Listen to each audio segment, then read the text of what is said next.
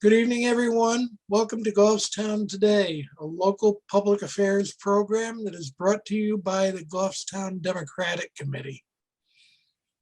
Our goal with this series of programs, which we have been doing since last fall, is to foster meaningful discussion of local and state issues important to the greater Goffstown community. We have two very special guests with us today who talk about one of Goffstown's most important community institutions, our great public library. Dianne Hathaway has been director of the Goffstown Public Library for more than 22 years, leading her stellar staff through many changes and working to make a difference in the community. She holds a bachelor's degree from Southern Connecticut State University and a graduate degree from Simmons College, and has served on many boards and regional library associations. Aimee Huntemann, head of the library's board of trustees, was first elected to the library board in March of 2016 and has been chair since March of 2018. She previously served as a library trustee for 4 years in Derry before moving to Goffstown. A bit of history. The Goffstown Public Library building at the foot of High Street was built in 1909 and was added to the National Register of Historic Places in 1995. In 2019, it was named as New Hampshire Library Trustee Association's Library of the Year in recognition of achievements in expansion and improvement of services and technology, partnerships with other libraries and community organizations, and adding value to the community. We got quite a bit to talk about today, including some exciting plans now in progress for library expansion, how COVID affected operations and how well things have come back, and some upcoming programs. Ms. Hathaway, would you start us out? How are things going? Have things pretty much returned to normal after the year of COVID hell, or how are things going? Things are going very well. We really weren't sure what was going to happen this summer. We reopened fully on June 1st, which means that the entire library is available to the public. Our computers are available, our seating's available, with no restrictions except for masks now. We do require masks at this point again. We did have a good summer except for the weather.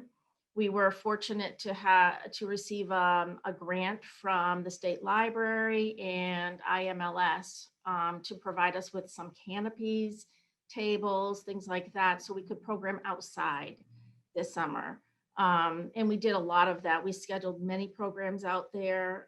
We were impacted by the rain a lot, unfortunately, but that's something we've never really done before. So as far as getting back to normal, we have, as libraries have done for hundreds of years, we've reinvented ourselves to do things differently in order to serve our community. And that meant this summer programming outside, programming on YouTube and through Microsoft Teams. We are doing so many things that we never thought we were able to do.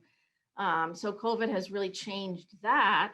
But I think as far as our numbers for July, our circulation was almost back to pre-COVID circulation. And I'm really pleased about that personally, because like I said, we weren't sure what was going to happen.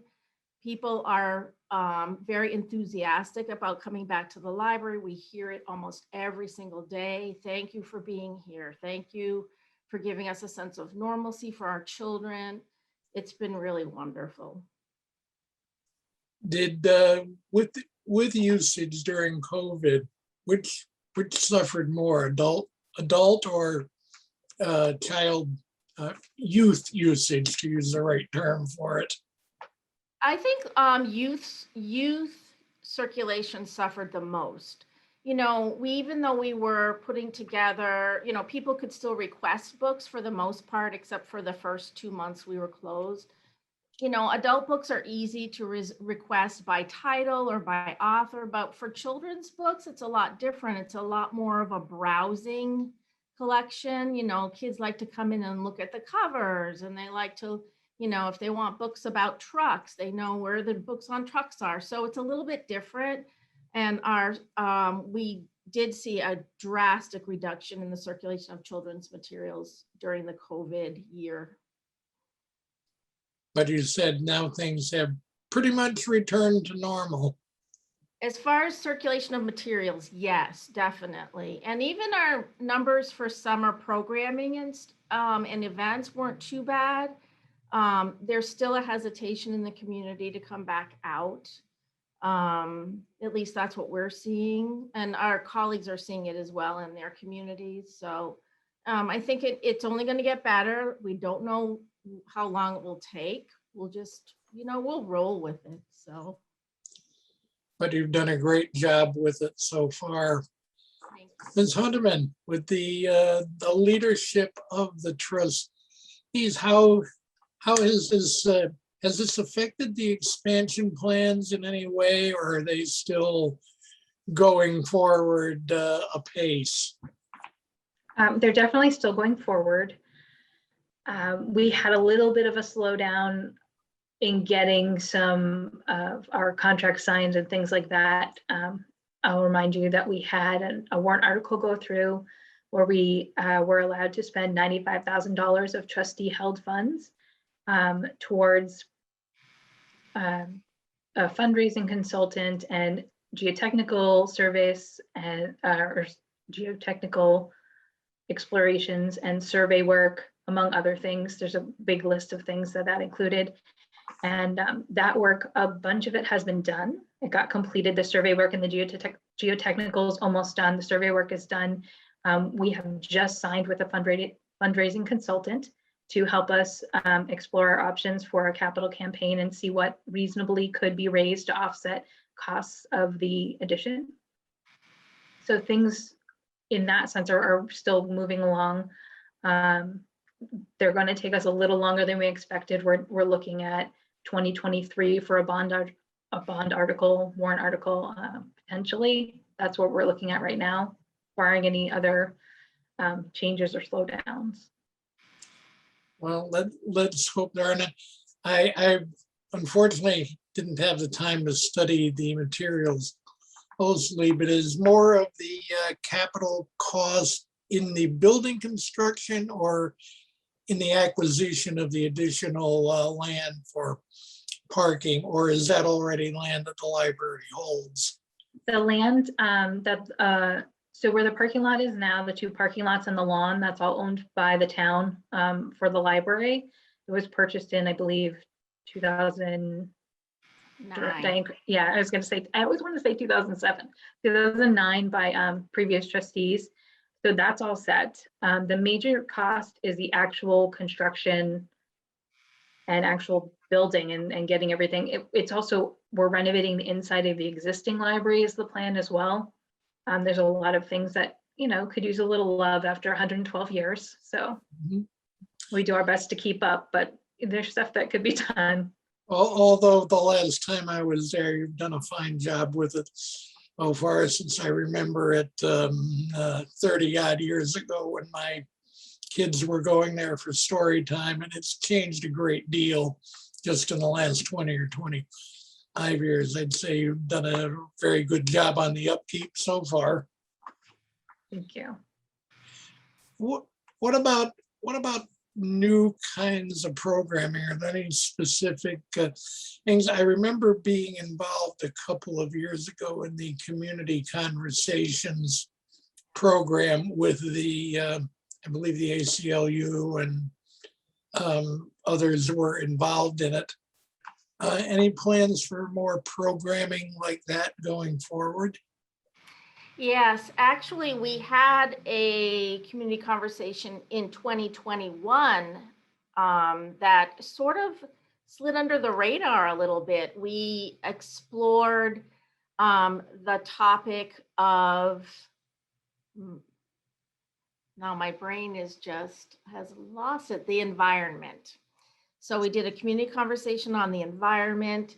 It wasn't as well attended, unfortunately. It was all virtual programming. And because we were still in the midst of COVID. And so that didn't work out as planned, even though we held the whole 6-week sessions of programming. In early 2022, the community conversation will be around civics. We've talked about different ways of programming around civics and getting the community involved in what does it take to run the community, what does it mean to engage in a deliberative session, things like that.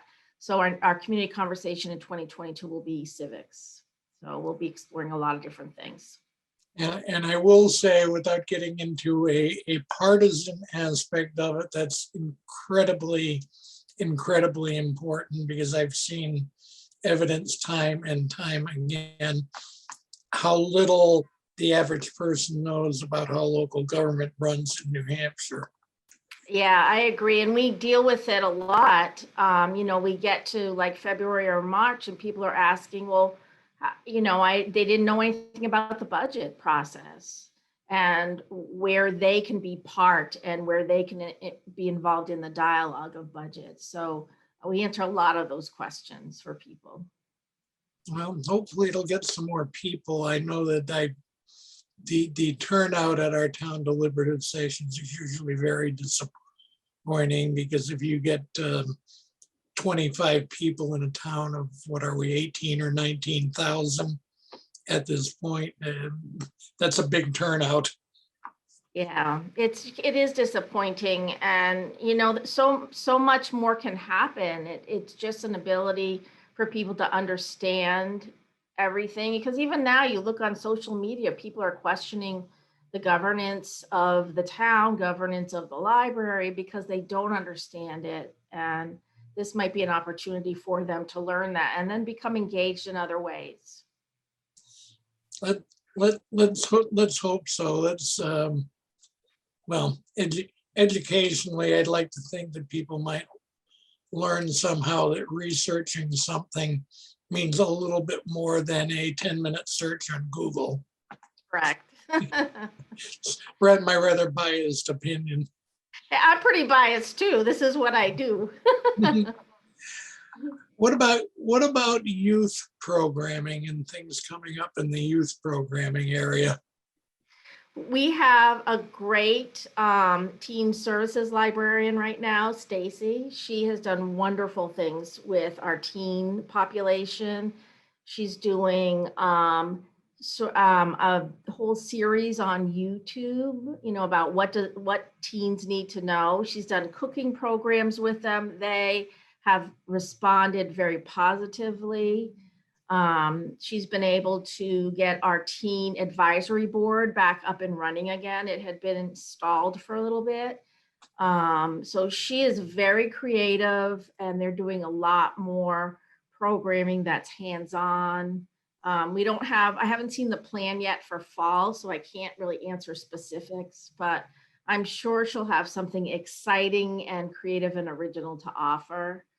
As far as our little kids, we start programming at 18 months old with our Movers and Groovers program, which includes stories, activities, music, some dancing with scarves, some shaking of tambourines, and then we do the traditional story times for our preschool and our kindergartners, and a whole variety of programs for the elementary school kids and the middle school kids. So we're programming for every age in our building, except not younger than 18 months old, but that is a little tough. It's a challenge. So we're very excited about that. I'll have to remind I have a granddaughter that's about 4 months old, so we'll have to wait a while for her to get involved. Exactly. Aimee, as far as obviously the building expansion will probably occupy, how do we say, a lot of your board's time in the upcoming couple of years? You said, I believe you're going to be trying to get a warrant article on in 2022, but what about long-term priorities once this expansion is done? You see anything on the horizon there? We're working for the warrant article in 2023. Right now, the library board just created an ad hoc committee to update and improve our strategic plan. So we're working on those long-term goals and where we see the library and what the future of the Goffstown Public Library looks like, what the community needs and where we want to go with that. So that's something that we've got in the works, and I'll know more as we've just started it. So I'll know more as we get into it. But I mean, that all ties into everything else that's going on for the building addition. And I think, yeah, we'll be tied up for quite a bit if when it goes through, it'll take a bit. But once we get it approved, hopefully, and the building construction is done, then we can take another look at where it's going to go. But we're really excited and hopeful that the community will support it. Here's one for either of you who would like to take it. As far as, the future of libraries themselves, since, we've been, how much things have been changed in the last 20 or 25 years by online stuff. What do you see for libraries in general going forward as far as the role they play? And no longer just a big building full of books, but what role can they play for the public going forward? That's a good question. We hear it a lot. Library, as I said earlier, we have been reinventing ourselves for hundreds of years, and this is just part of our evolution. What we're seeing is that the library is still being used for those books in many, many formats, digital formats, audio formats. So that is, I don't see that changing personally. And we still have a large population that does not want to read on a device. They still want, regular books and paper books. So that is still going to be in our future. We're doing still a lot of work with the public and their use of computers and the internet. We're the only place that will actually help someone learn how to download a book to their Kindle or to their iPad or something like that. So we work a lot with the elderly as far as that goes. They get a device for Christmas and they come in with the device in the box because they don't know what to do with it. So we're still working with job hunters. We're a lot of job hunters right now trying to fill out applications online. They don't have computers at home. And the library as a community space, we don't have that ability right now, and our addition will give us that community space that our community is clamoring for. I mean, we get calls weekly about meeting room space and community space, and we don't have that. So that's what I'm more excited about, having a space that GTV is all set up in, for groups to meet in there, for large programs to happen. We're programming a lot of our large events not in our building because we don't have the room. We're going to St. A's, where we partner with St. Anselm College on programming. They have to provide the space. We program with Parks and Rec. They provide the space. We provide the program. So that'll give us a lot of options for providing information and programming to our community. Have you been getting good support from our select board? As far as, I know sometimes budget priorities, particularly as we head into, I believe we're coming up on budget committee time of the year. So, but as the support, I know that in general, when I look at the past and the things they've supported in the past, if the town hadn't had the foresight about what was it, 15 or so years ago to purchase the rail trail property where we'd be now when you see the amount of usage that gets. And I'm hoping they have the foresight to give you the support you need. I'll let Aimee handle that Yeah. question. So it's really tough because last year budget season was really tough for everybody.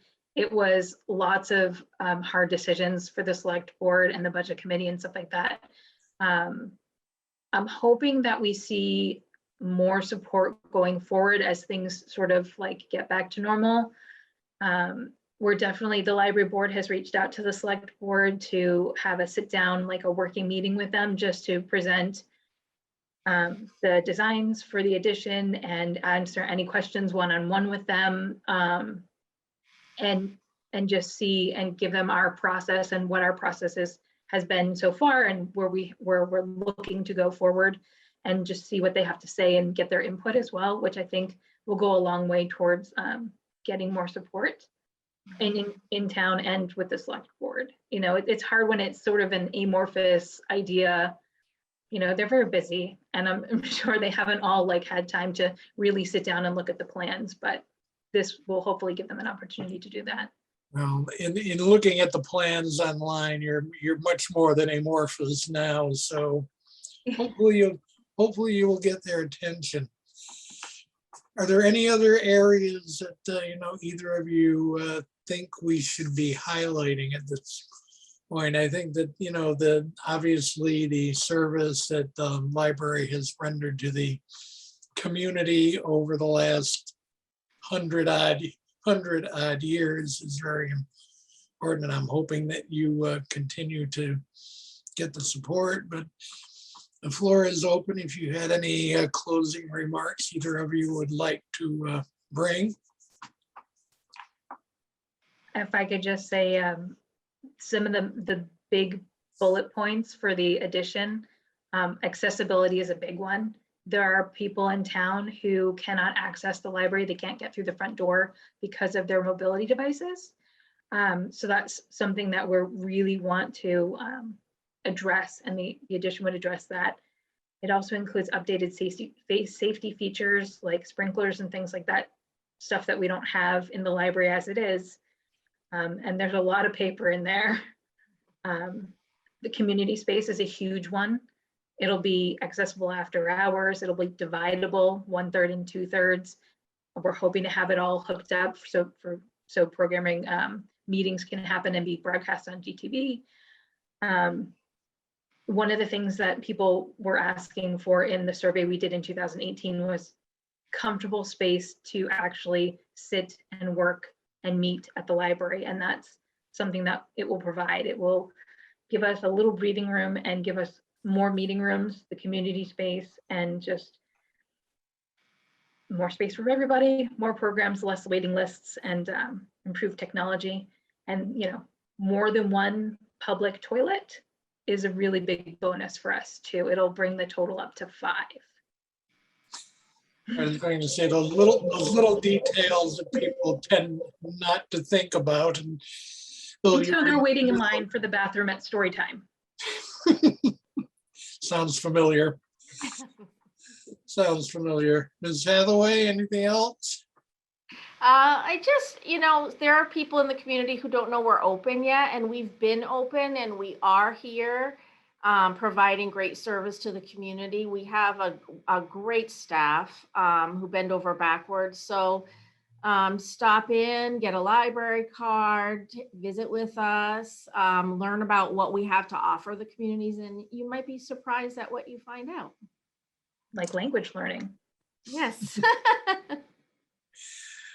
Okay, well, I'd like to thank you on behalf of the Democratic Committee both very much for being with us today. We appreciate it. The purpose of these programs is to try and get good information out into the community. I thank you for being here.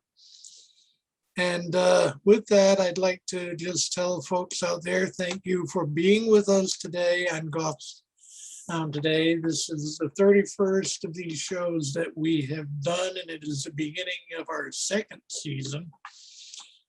You can watch the current programs here on GTV. You can check out earlier shows by searching for the Goffstown Democrats channel on YouTube. They're posted at the Goffstown Democratic Committee's website, which is goffstowndems.com. And they're frequently posted on our Facebook page, which is facebook.com/GoffstownDems. Please like them, please share them widely, and thank you for being here.